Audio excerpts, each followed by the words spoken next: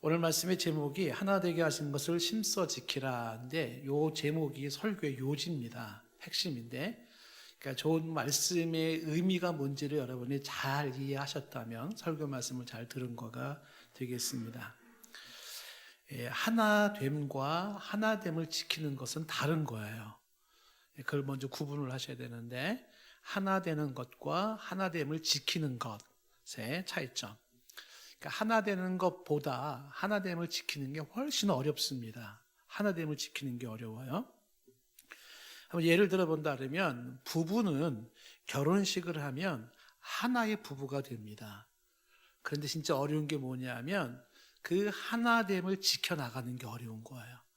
결혼식으로 하나는 되지만 그 하나됨을 지켜나가는 게 훨씬 어려워요. 결혼식 하는 것보다 결혼식 이후의 삶이 훨씬 어렵다는 겁니다.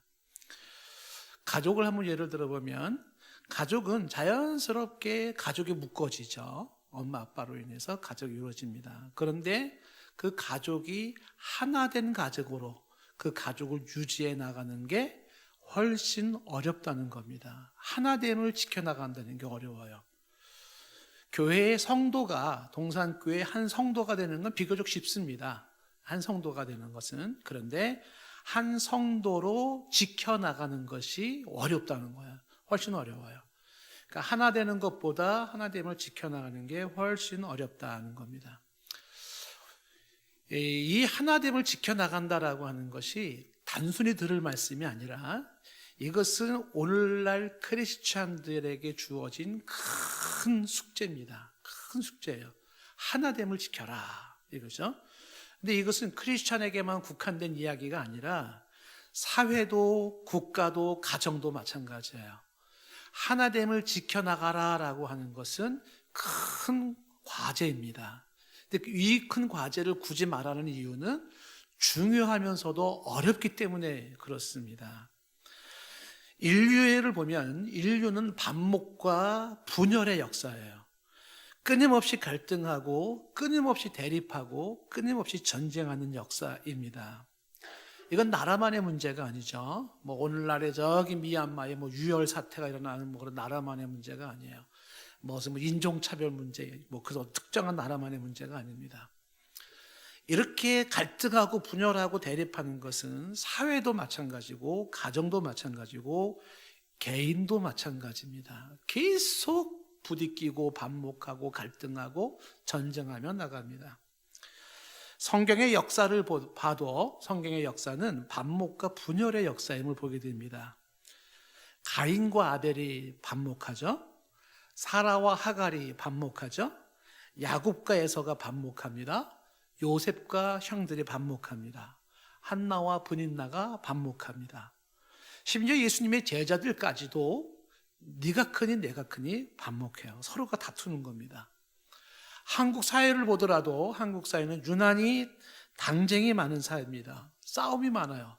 분열하고 싸우는 역사가 한국의 역사입니다. 권력을 중심으로 한 그러한 대립이 계속 있었고, 이념을 중심으로 한 대립과 갈등과 분열은 계속 있었고, 그 대표적인 게 북한과 남한이 나누어진 경우이기도 하고요. 지금도 진보와 보수가 대립하고 세대와 세대 사이의 갈등이 존속하고 지역과 지역 간의 갈등이 지금도 남아 있습니다. 이거를 이용해서 권력을 잡고 실속을 챙기려는 그런 정치 세력도 있고, 그 피해는 고스란히 국민이지만 보게 됩니다. 한국 교회는 어떨까요? 한국 교회도 예외가 아닙니다. 유난히 분열이 많은 한국 교회의 역사를 보게 됩니다. 그래서 일부에서는 이렇게 교회만이라도 분열하지 말고 하나가 돼야 되지 않겠냐. 그래서 연합체를 만들어요. 그 연합체를 만드는 게 또 분열의 역사가 돼버려요. 자, 예를 들면 아마 여러분들 제가 한번 얘기하면 몇 분이나 이해하실지 모르겠어요. 보세요. 한기총, 한교연, 한교총, NCC. 뭔 차이가 있는지 아십니까?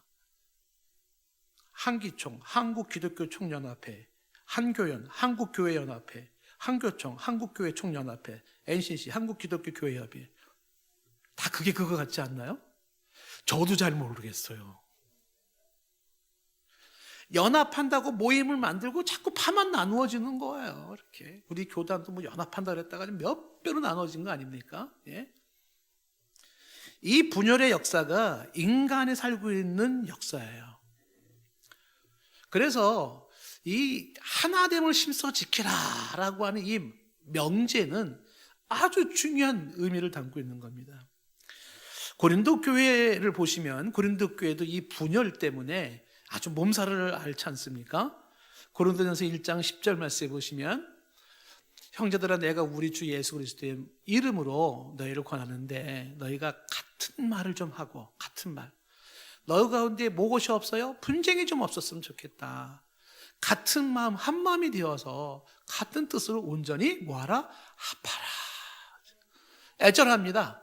고린도 교회에도 여전히 거기에는 분열, 다툼, 갈등, 반목이 존재했다는 사실입니다.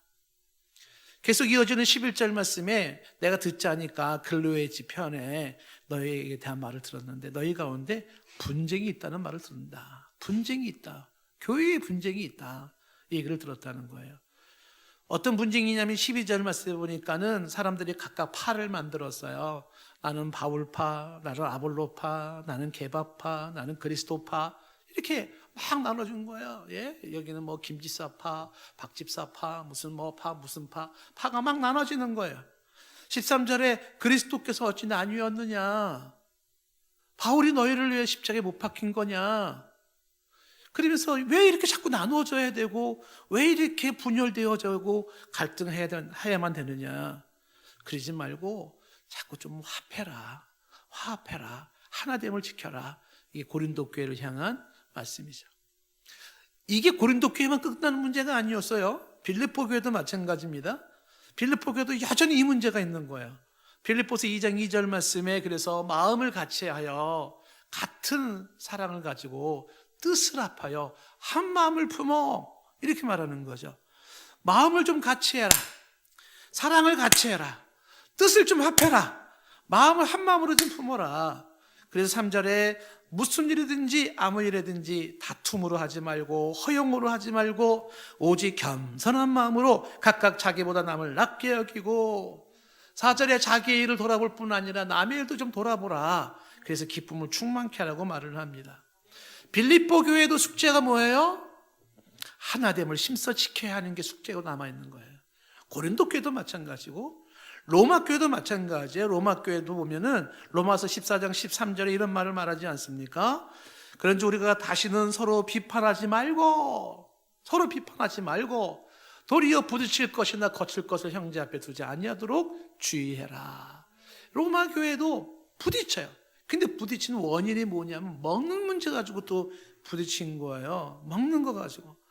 19절에 보면은 그러므로 우리가 화평의 일과 서로 덕을 세우는 일을 심쓰나니 20절 음식으로 말미암아 하나님의 사업이 무너지지 않게 해라. 음식으로 말미암아. 왜 이게 무슨 얘기냐면 21절에 이렇게 나와 있는 거죠. 고기도 먹지 아니하고 포도주도 마시지 아니하고 무엇이든지 내 형제로 꺼리키기에 하는 일을 아니함이 아름다우니라. 서로 성도들이 너는 왜 이거 먹어? 너는 저걸 왜 안 먹어? 먹으면은 너는 율법을 범한 거야. 안 먹는 사람이 율법을 나는 초월했어. 뭐 부딪히는 거예요. 계속. 그러니까 교회 내에서 우리가 인생 살면서 부딪힐 만한 요소들이 너무 많은 거예요. 계속 부딪히는 거예요. 일전에 한번 소개했지 않습니까? 어느 교회에서 윷놀이를 하는데 목사님이 심판을 본 거예요. 근데 목사님이 이게 거리인데 개락을 했다고 장로님이 목사님이랑 싸워가지고 장로가 나갔다는 거 아닙니까? 예? 왜 거리인데 개라 그러냐? 개다 그거는. 그래서 그 목사님도 결국 목회 못하고 딴 데로 지금 결국은 가버렸어요. 개면 어떻고 거리면 어때요? 장로님이 그거 가지고 나갔대요, 글쎄. 물론 이제 그게 불씨가 됐겠죠. 근데 어쨌든 먹는 문제 가지고 이렇게 다투는 거예요. 예수님이 말씀하시기를 마태복음 12장 25절에 이렇게 말씀하셨어요. 스스로 분쟁하는 나라마다 황폐해질 것이고 스스로 분쟁하는 동네나 집마다 서지 못한다 그랬습니다. 아주 참 뼈 있는 이야기입니다.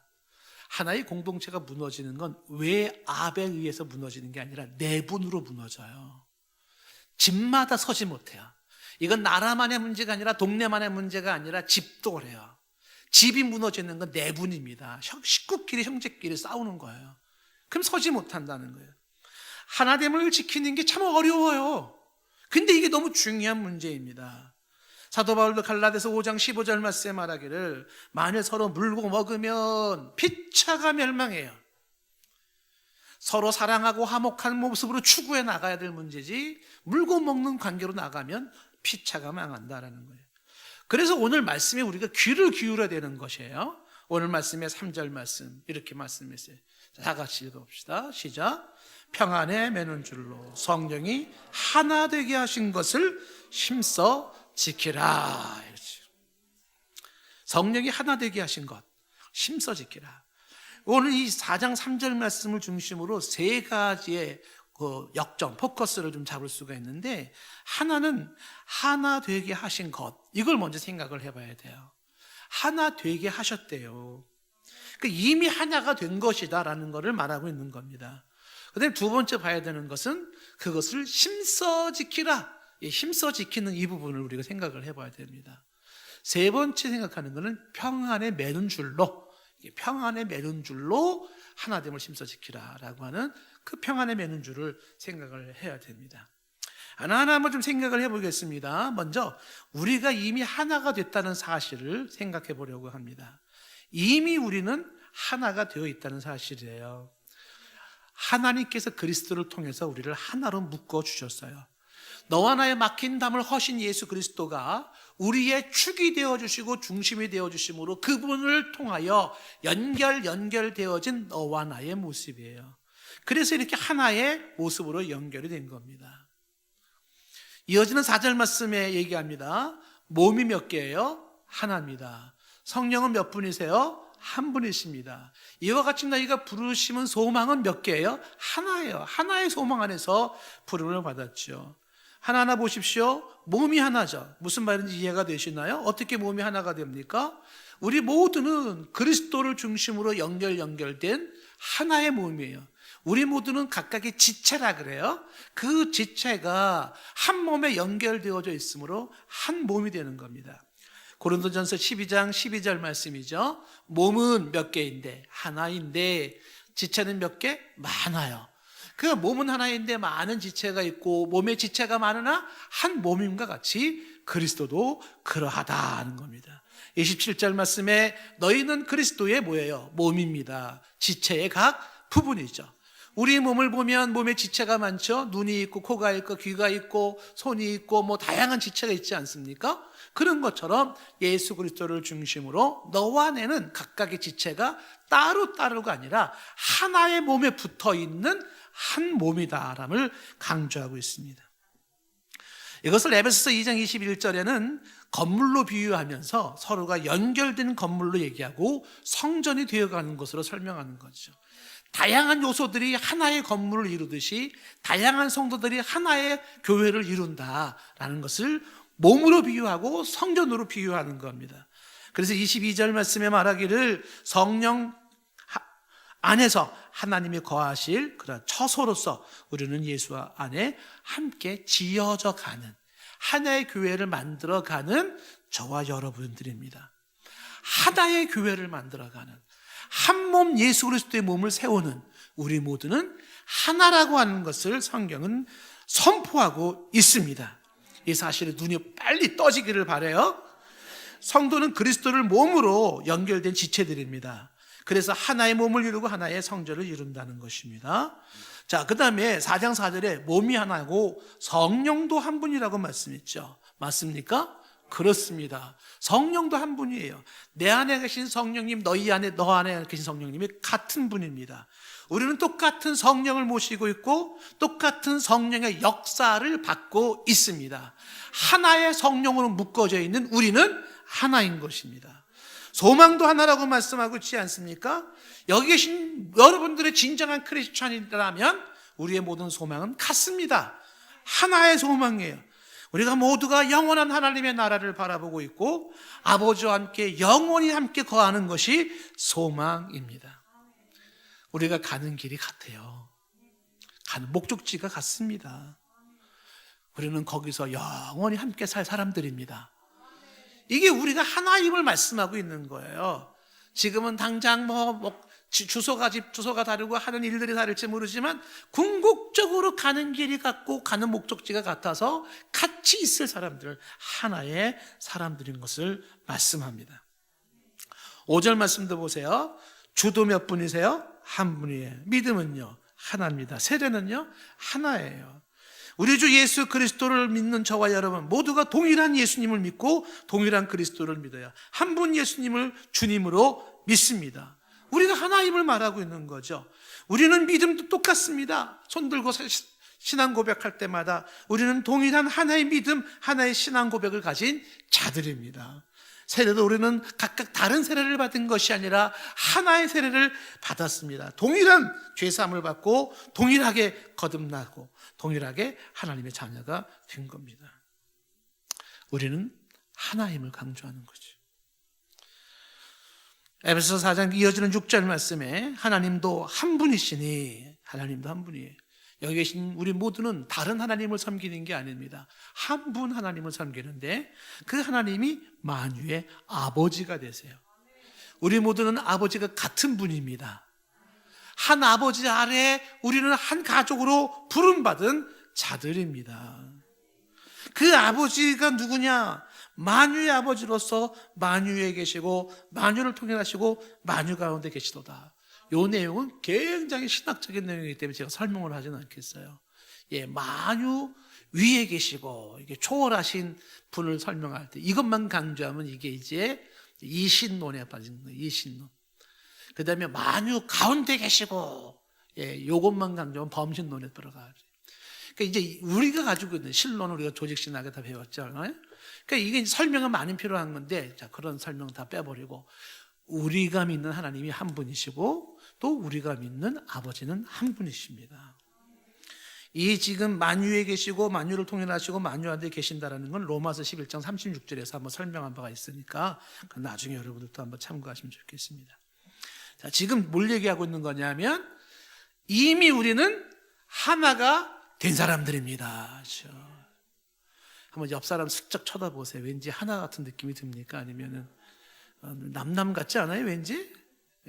그냥 뭐 교회에서 얼굴 좀 잠깐 보는 정도 좀 이런 느낌 들지 않습니까? 그렇죠?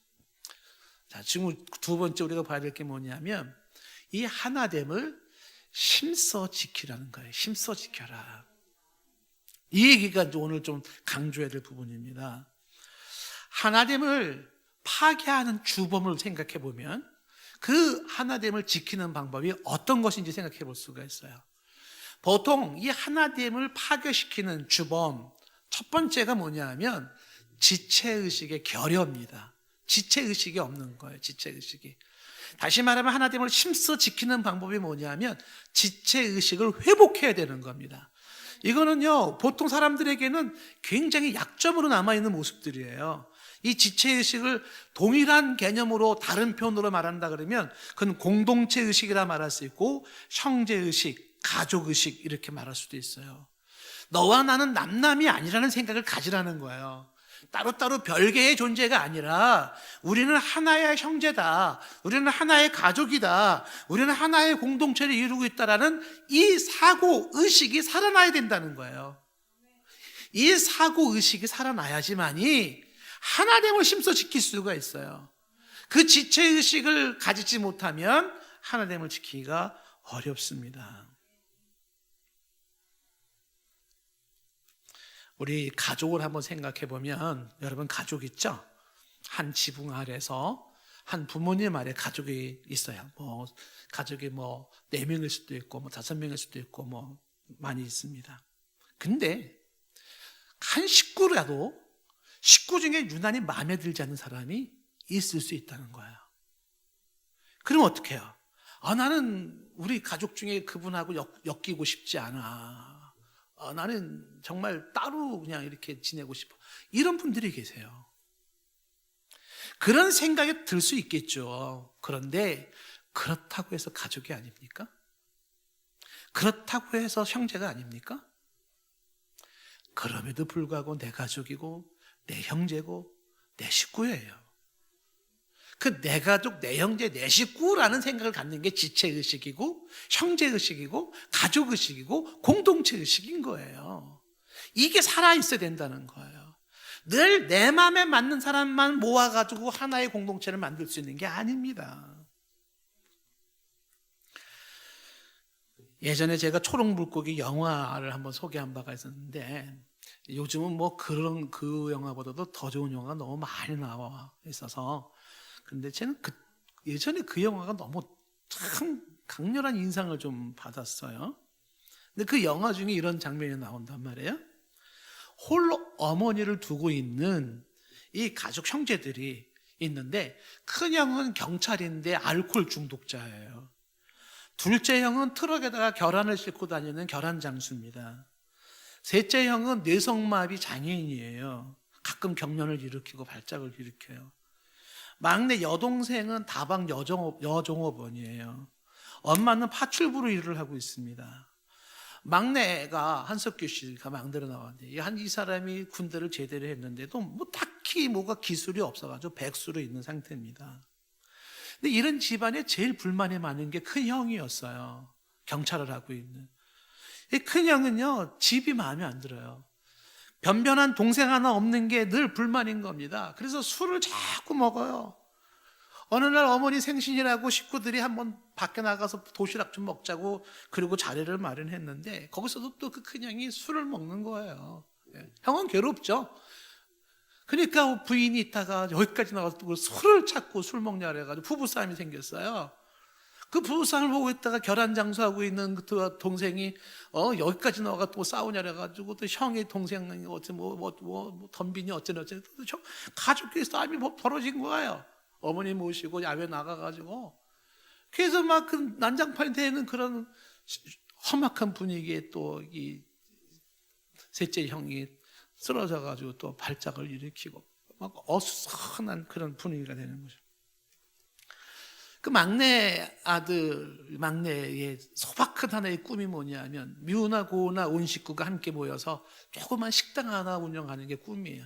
그 배경이 저 일산 신도시 개발되기 이전에 거기를 배경으로 한 그 영화인데 그 조그만 초라한 집일지라도 식당 하나 만드는 꿈을 갖고 있는데 뭐 이룰 방법이 없죠. 근데 결국은 이제 그 막내가 조폭에 들어가가지고 죽어서 결국은 그 꿈이 이루어지는 슬프고도 잔인한 영화인데 제가 말씀드리는 게 설교 때 영화 얘기하면 반응이 너무 좋아요.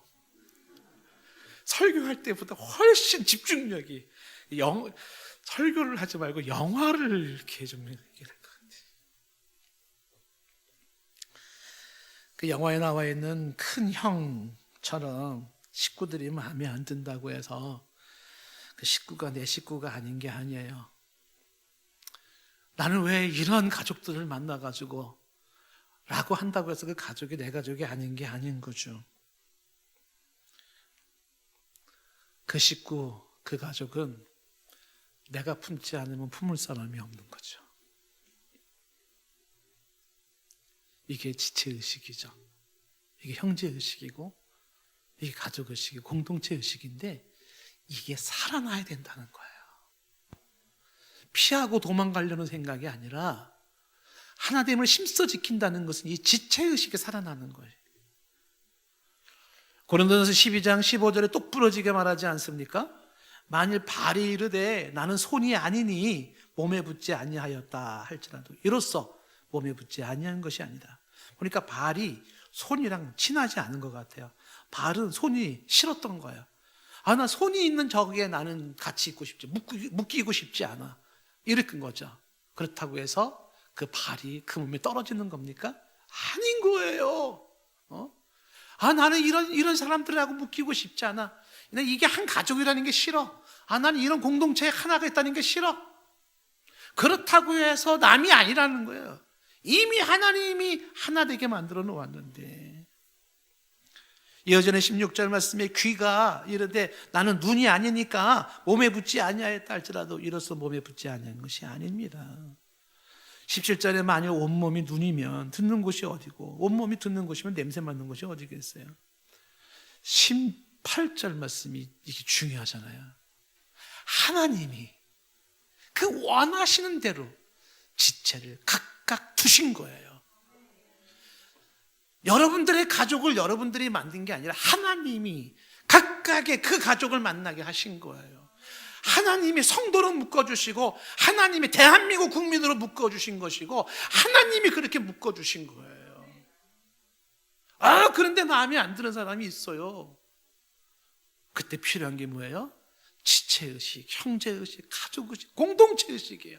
하나님이 묶어주신 그것, 이 공동체의식을 가져와야 된다는 사실입니다.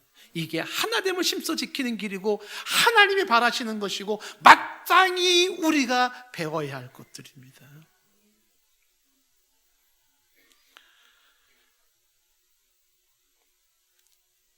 예수 그리스도를 주님으로 믿고 있는 한 우리는 원하든 원치 않든 한 가족이고 한 몸에 붙어있는 지체가 됩니다.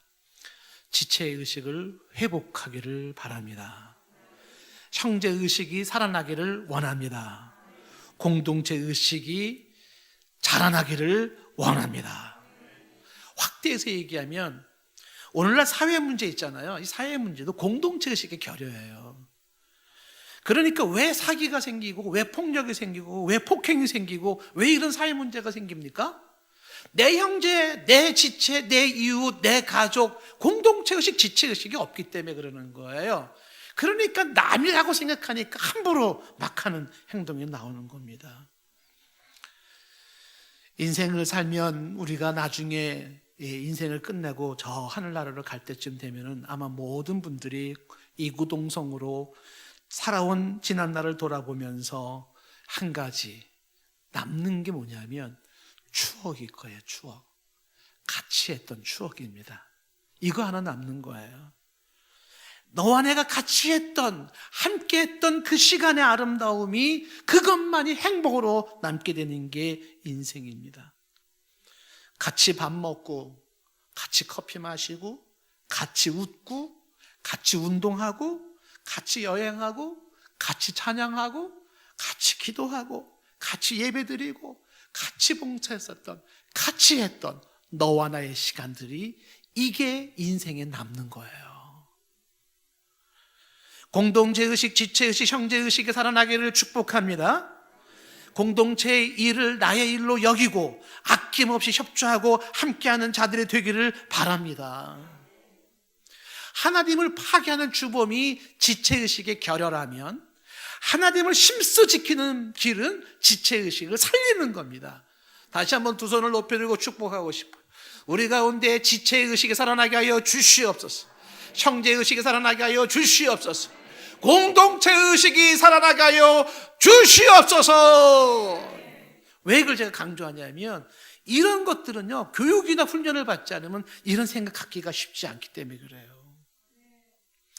두 번째, 이 하나됨을 파괴하는 요소가 이기심이에요. 이기심. 그래서 하나됨을 힘써 지키려고 그러면 이기심을 극복해야 됩니다. 이기심을 극복해라. 사람은 누구에게나 이기적인 요소가 있는데 그것에 그대로 남아있으면 하나됨을 파괴하는 큰 범죄와 아픔과 상처로 남게 되는 거예요. 이거를 극복하는 것만큼 하나됨이 지켜지는 것입니다. 이 이기심은 자기중심주의로 나타나지 않습니까? 그래서 모든 게 자기에게 맞추라고 하고 내 비율을 맞추라고 하고 내가 중심이 되어야 한다는 생각을 갖기 쉬워요. 내가 맞추려고 하는 게 아니라 나한테 맞춰라. 이게 이기심에서 나온 거 아닙니까? 그리고 이것은 또 주인공 의식과 연결이 되어 있어가지고 늘 자신이 주인공이 돼야 돼요. 자신이 주목을 받아야 되고 자신이 박수를 받아야 되고 자신이 센터에 서야 되고 자신이 스포트라이트를 받아야 되는 이것에 바로 이기심의 한 모습인 겁니다. 일전에 제가 팔로우십이라는 거를 강의를 여러분들에게 함께 나누면서 씬 스틸러, 스크린 스틸러라고 씬 스틸러에 대한 얘기를 좀 했습니다. 이 영화에게 보면은 씬 스틸러라고 하는 용어가 있는데 이건 조연이라는 뜻이에요. 조연. 주연을 무색하게 할 정도로 빛나는 조연을 씬 스틸러라 그래요. 그러니까 주연은 아닌데 조연이 너무 잘해서 조연의 존재감이 팍 살아나는 겁니다. 이거를 이제 보통 명품 조연이라고 말해요. 그런데 이 조연이 그리도 중요하다라는 거예요.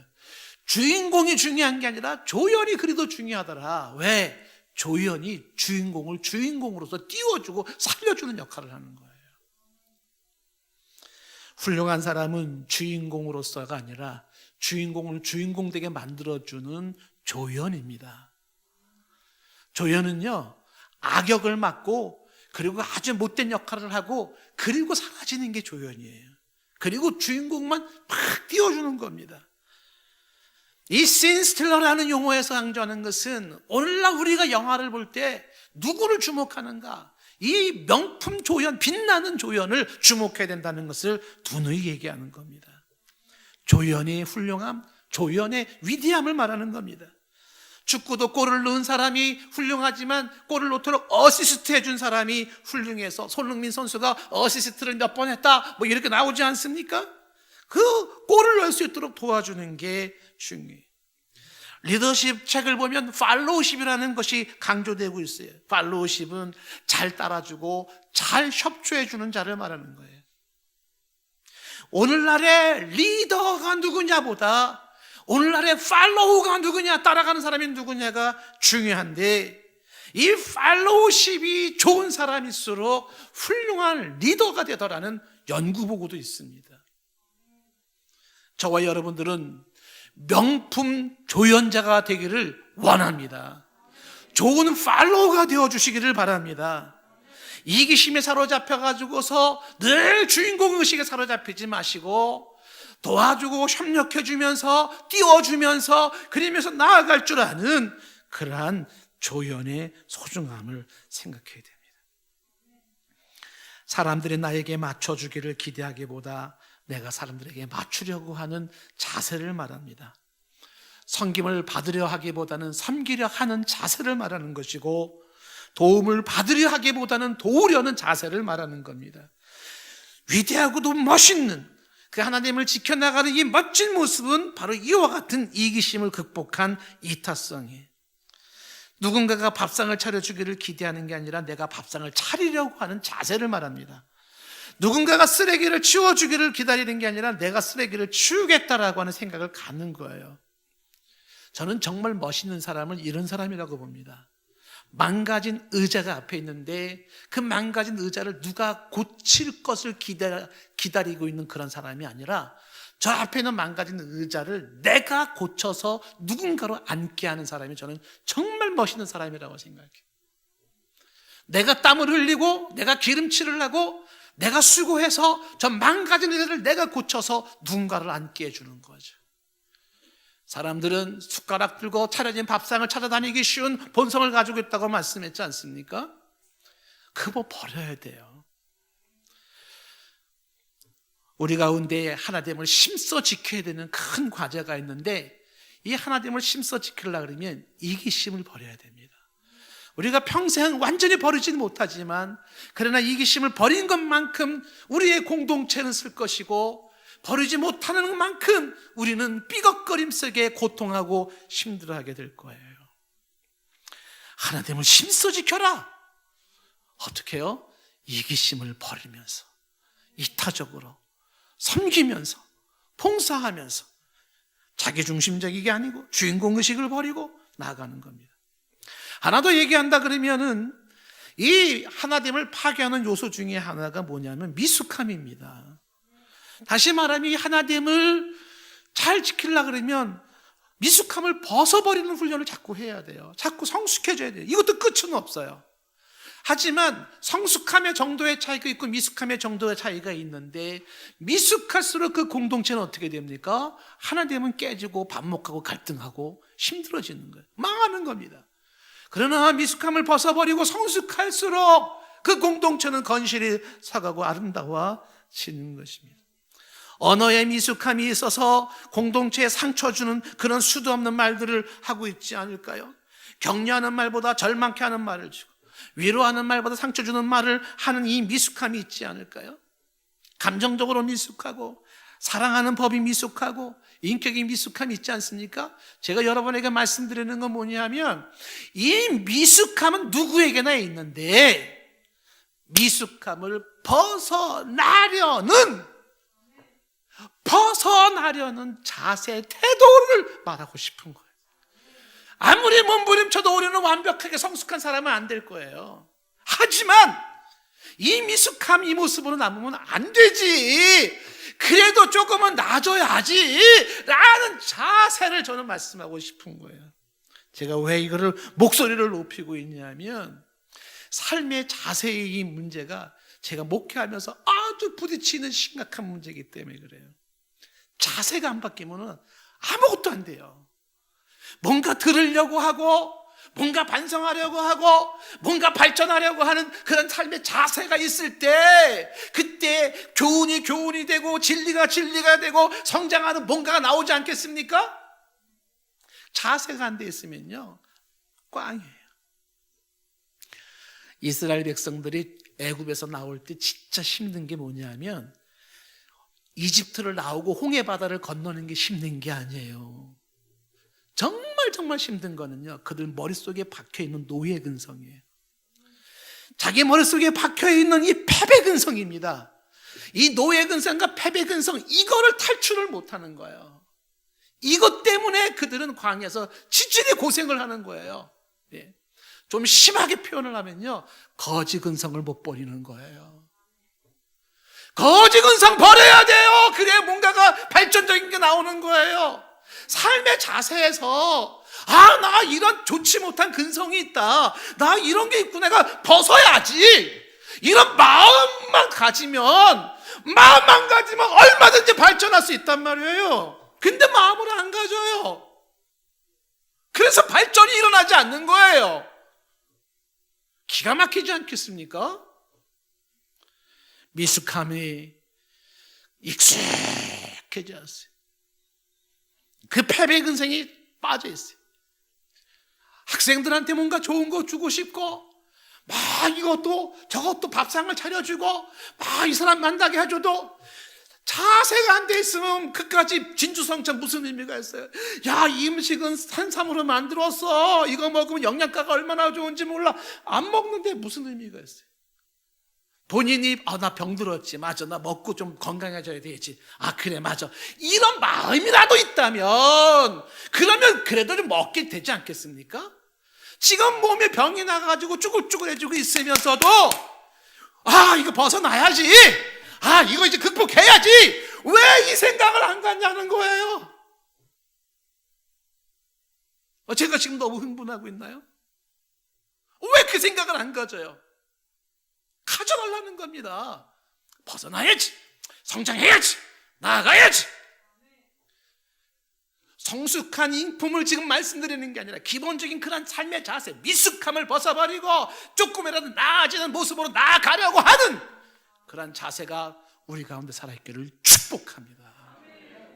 그 자세만 가지고 있잖아요. 그러면은요 5년 다른 보다 좀 더뎌도 괜찮아요. 다른 사람 5년 걸리는 게 나한테 10년 걸릴 수도 있고 괜찮아요. 그러나 언젠가는 뜻을 이루는 겁니다. 자세가 중요한 거죠. 자세가 하는 자세가.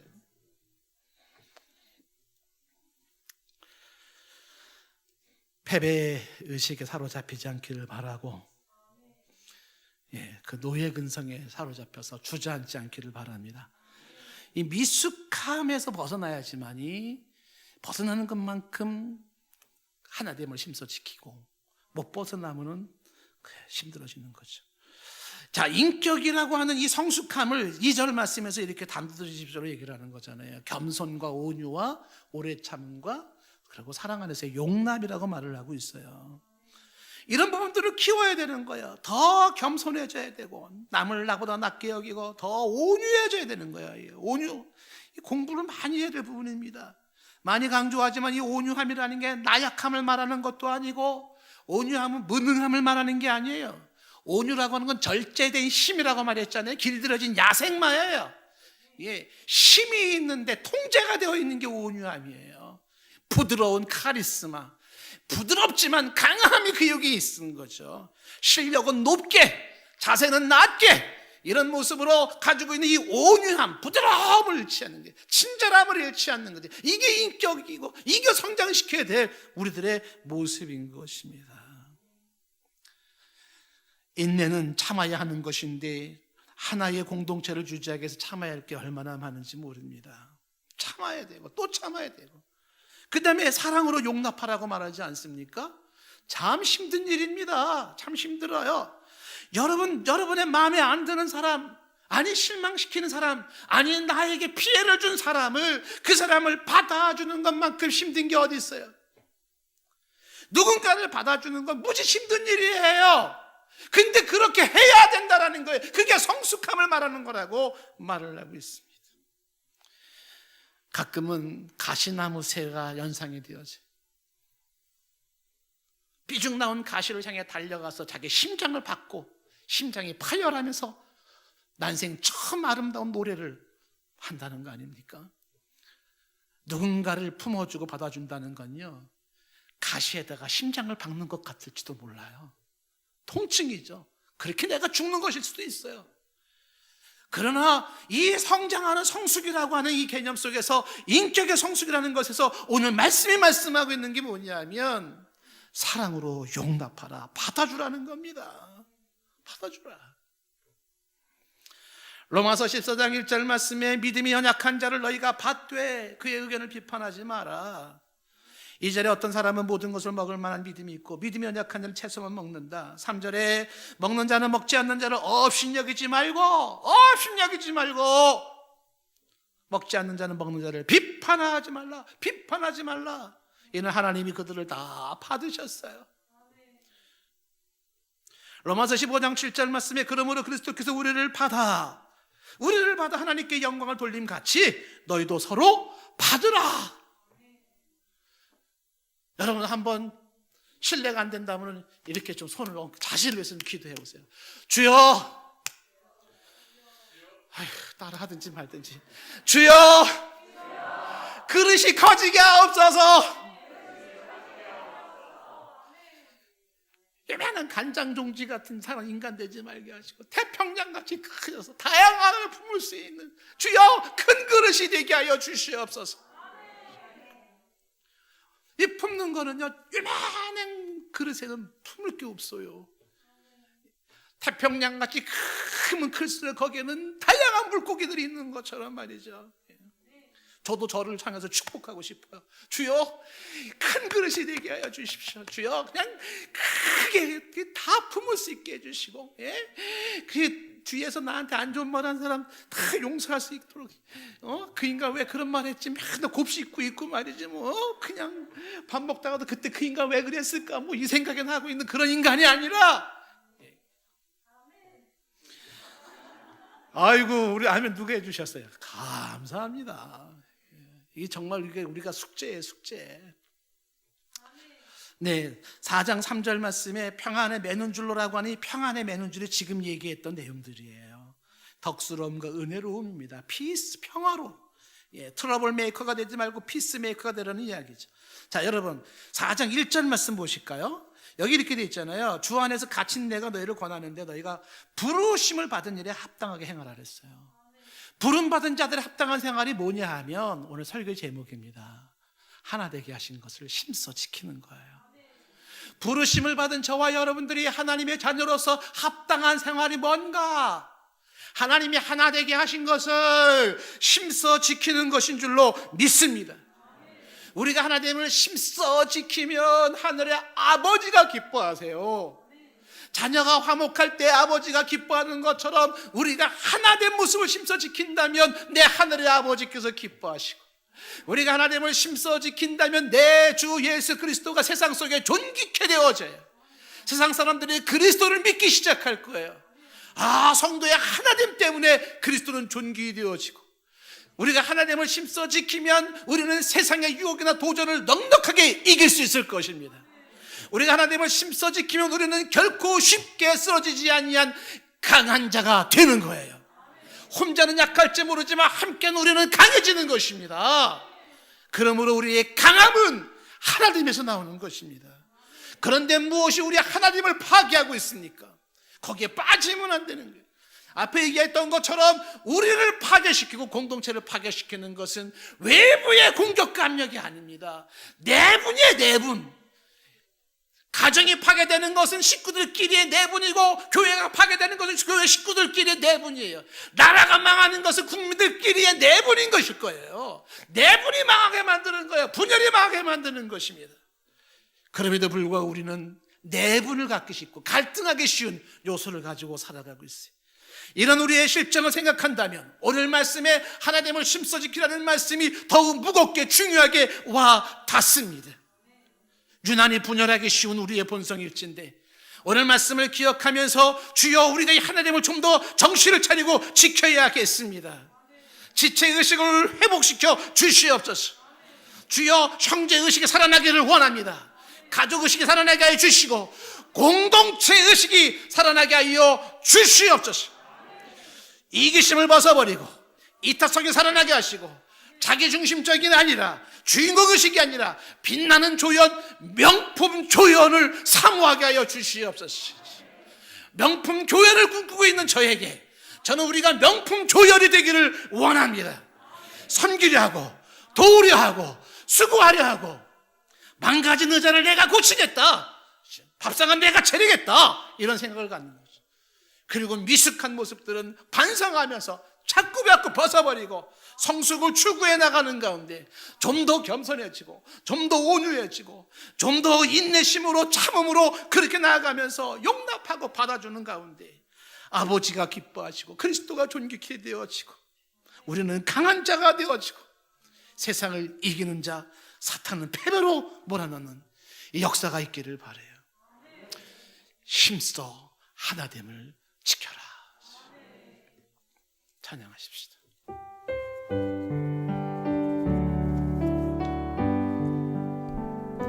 여기에 너희들이 죄의 은총 받은 자여라. 주께서 이 자리에 함께 계심을 하노라. 언제나 주님만을 찬양하며 따라가리니 시험을 당할 때도 함께 계심을 믿노라. 이 믿음 더욱 굳세라. 주가 지켜주신다. 어두운 밤에도 주의 밝은 빛 인도하여 주신다. 주님이 뜻하시니 헤아리기 어렵더라도 언제나 주 뜻 안에 내가 있음을 하노라. 사랑과 말씀들이 나를 더욱 새롭게 하니 때로는 넘어져도 채우는 이를 믿노라. 이 믿음 더욱 굳세라. 주가 지켜주신다. 어두운 밤에도 주의 밝은 빛 인도하여 주신다. 여기에 모인 우리 사랑받는 주의 자녀라. 주께서 바 우리 통해 펼치신다. 고통과 슬픔 중에 더욱 주님 의지하오니 어려움 이겨내고 주님 더욱 찬양하라. 이 믿음 더욱 굳세라.